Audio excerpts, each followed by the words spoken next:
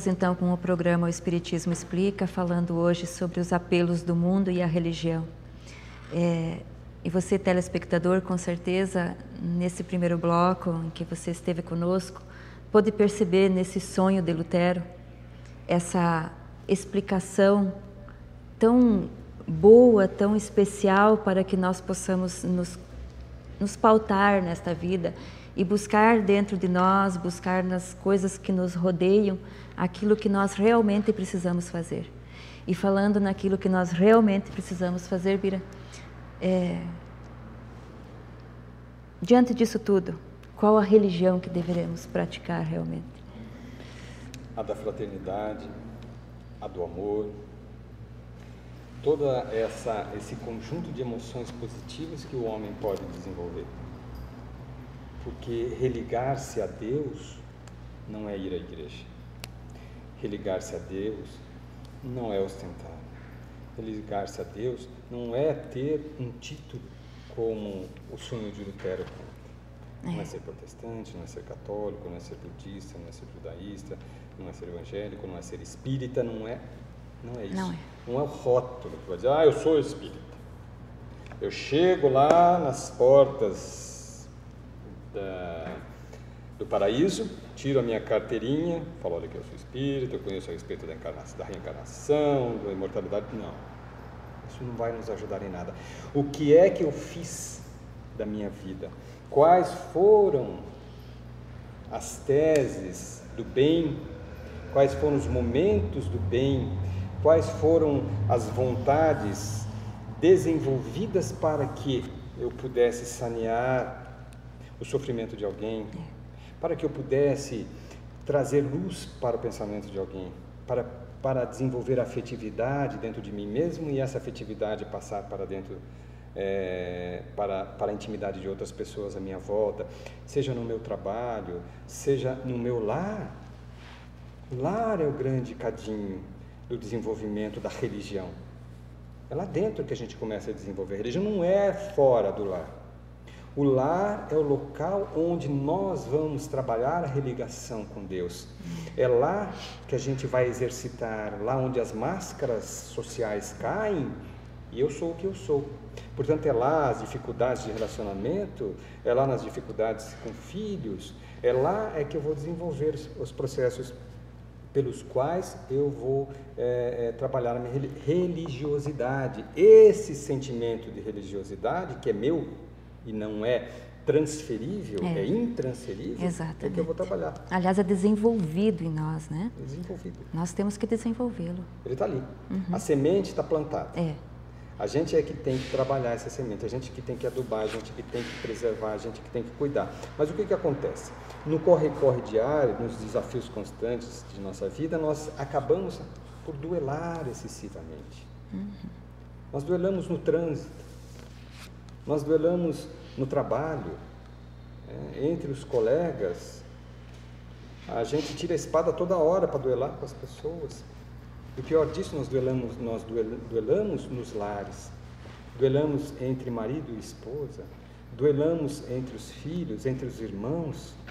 Então, vivemos mergulhados nesse oceano, muitas vezes de conquistas, do ter, e que acreditamos saciar os nossos desejos e atingir a felicidade, porque todos nós queremos ser felizes, mas o caminho que estamos escolhendo para a felicidade tem sido equivocado, porque este caminho tem sido o caminho do eu, e o eu é o egoísmo, e o egoísmo e o orgulho tem nos afastado de quem?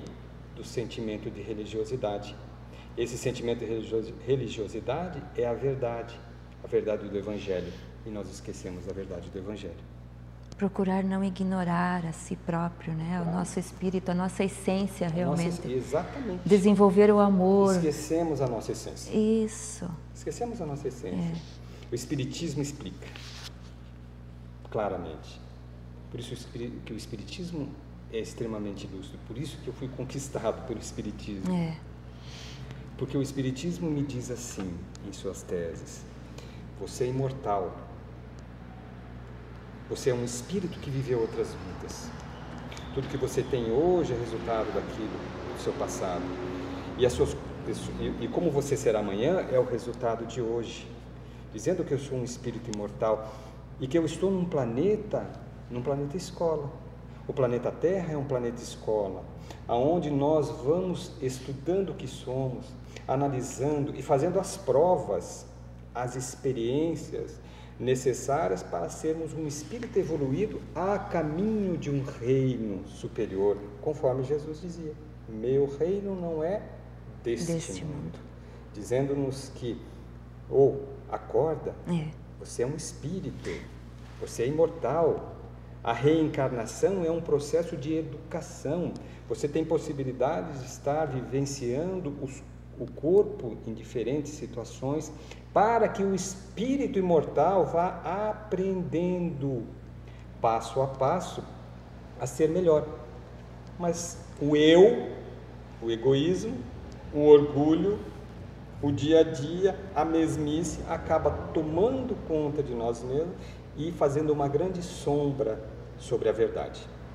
Que, aliás, Bira, nessa colocação tua agora, eu achei bem interessante que a gente até coloque algumas coisas assim, como na minha vida diária, no meu dia a dia, porque assim, você falou de provas e expiação do mundo em que vivemos hoje, como me pautar nesta vivência, porque é vivendo, não é na teoria, é na prática, né? Que eu vou aprender, que eu desenvolvo as minhas aptidões, que eu desenvolvo as minhas virtudes, é na minha vontade, é na busca que existe dentro de mim, tirando lá o medo, tirando as coisas ruins que me perturbam no dia a dia, a ansiedade, que é uma coisa hoje que vem tomando conta das pessoas, né? Como trabalhar para que eu possa desenvolver mesmo isso, que eu tenha essa certeza de que eu estou no caminho certo, porque muitas vezes nos vemos também nessa condição, né? Ai, será que eu estou no caminho certo? O que eu estou fazendo? Parece que ao meu lado tem um aparente caos, ou então estou imerso num caos. É isso mesmo? É o caos que nós vivemos? Não. É o caos que vivemos, que não deveríamos viver. Que não deveríamos viver. Exatamente. Por quê? Porque a consciência, ela está lá. Ninguém mexe nela. Por mais que a gente compre os brinquedos da vida, que compre os carros, a casa da praia, a fazenda, a colheitadeira, o helicóptero, o avião, a consciência está lá dizendo: você é um espírito, você é imortal, a essência tem que ser trabalhada. Então isso está constantemente colocado no nosso dia a dia, segundo a segundo. Daí a insatisfação do homem, embora as conquistas materiais de larga escala, embora a tecnologia, a ciência, embora o poder econômico, a fama, o sucesso, nós vamos encontrar as pessoas declinando lamentavelmente num abismo gigantesco. Porque nós não viramos para nós mesmos e falamos assim: você é mortal. Aquela coisa do espelho, né? Eu vou lá, olho no espelho todo dia, vou ver uma ruguinha que apareceu, um pezinho que apareceu aqui, uma ruguinha, uma pelezinha, uma pintinha que apareceu, a gente vai ficando velho, a mãozinha vai aparecendo as pintinhas e tal, o cabelinho branco para quem tem cabelo, ou os cabelinhos caindo para quem não tem. Mas eu só olho isso. Não olho naquele espelho. É necessário olhar o espelho da alma e ver quem é este? Quem sou eu? O que é que eu estou fazendo aqui? Qual a minha função neste planeta? Qual a minha função nesta vida? Será que é só levantar de manhã e entrar nessa rotina que enferruja as engrenagens da alma, como diz Joana de Ângeles? Mas, ao contrário, seria de olharmos lá e ver que somos a essência, um ser espiritual, que necessita trabalho contínuo, investigação, vontade de ser melhor a cada dia. Né? Então a religião tem essa função. O espiritismo traz a lucidez clara a respeito disso. Ele não fala assim: olha, você vai para o céu, você vai para o inferno. Ele fala assim: você será aquilo que plantou. A semeadura, como dissemos em uma aula anterior, a semeadura é livre, a colheita é obrigatória. Lei de ação e reação. Como eu posso saber o que eu vou ser depois de morrer? Para onde eu vou depois que eu morrer? Qual lugar que eu vou? Vou para o céu, vou para o inferno? Para onde que eu vou? Veja onde você está. Você vai continuar aí. Se eu estou mergulhado nas coisas do mundo, se eu estou mergulhado na desonestidade, na falsidade, se eu estou mergulhado na hipocrisia, estarei lá. Que, aliás, tudo é um estado de consciência, né? Não existe o céu, o inferno, o purgatório, qualquer outro local onde eu esteja inserido. Se eu não estiver bem, eu não vou estar bem. Não vou estar bem. Assim como aqui, onde estamos hoje na Terra. Exatamente. Enquanto espíritos encarnados. Enquanto espíritos encarnados, nós temos a obrigação de nos olharmos um pouquinho mais e alargar esta ideia. Uhum. E no tema de hoje, a respeito da religião e dos apelos do mundo, desses padrões sociais estabelecidos, é que nós temos que fazer travar a nossa luta. Esquecendo dos rótulos. Exato. Esquecendo o que nitidamente esse sonho de Lutero nos traz. Esquecendo que nós vamos amanhã ter uma morte boa se não temos uma vida boa. Eu vou ter uma morte boa se eu tiver uma vida boa do ponto de vista moral, se eu estiver realmente feliz.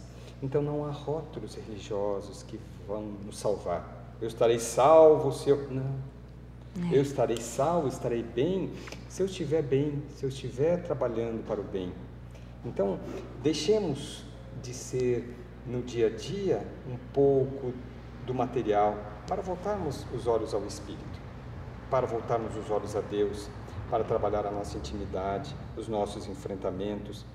Tem aquela historiazinha que fala sobre várias pessoas que estavam caminhando um longo trecho com as suas cruzes, cada um com a sua cruz. Mas uns chegavam e reclamavam: minha cruz está muito pesada. Porque o meu marido, porque minha esposa, porque o meu problema econômico, porque o meu emprego, porque... Aí pegava e cortava a cruz para ficar mais levezinho. E muitos, a grande maioria, foi cortando a sua cruz, né? O cortar a sua cruz simboliza que nós vamos fazendo as fugas psicológicas, inventando brinquedinhos para nos distrair. Fragmentação. Fragmentando-nos. Aí a história continua que havia alguns poucos que mantiveram as suas cruzes, com muito sacrifício, chegavam a um abismo todos. E o abismo tinha uma distância entre os morros e eles precisavam atravessar. Aqueles que tinham a cruz do tamanho correto, que não se ludibriaram, que não se iludiram pelas coisas, pelos apelos do mundo, conseguiram atravessar do outro lado o abismo. Já os que tinham cortado a cruz tiveram que fazer o caminho de volta. É uma posição lúdica, mas é uma posição muito interessante, uma história muito interessante para que a gente conclua. Carreguemos a nossa cruz. Vamos sintonizar com Deus, cuidar dos nossos pensamentos, esquecer dos rótulos e trabalhar a nossa intimidade. Muito bem. Obrigada pela tua participação, Bira. Ao nosso telespectador, Jesus espera de nós que sejamos o escudo do amor, que sejamos as ferramentas do amor e que façamos da nossa vida um hino de amor, para que a cada dia, inseridos aqui neste mundo, vivendo as experiências deste mundo, que é aonde estamos hoje, encarnados no corpo físico, possamos desenvolver em nós essas habilidades e podermos carregar a nossa cruz sem lamentações, e sim com muita confiança e muita alegria. Muito obrigada a todos e até o próximo programa.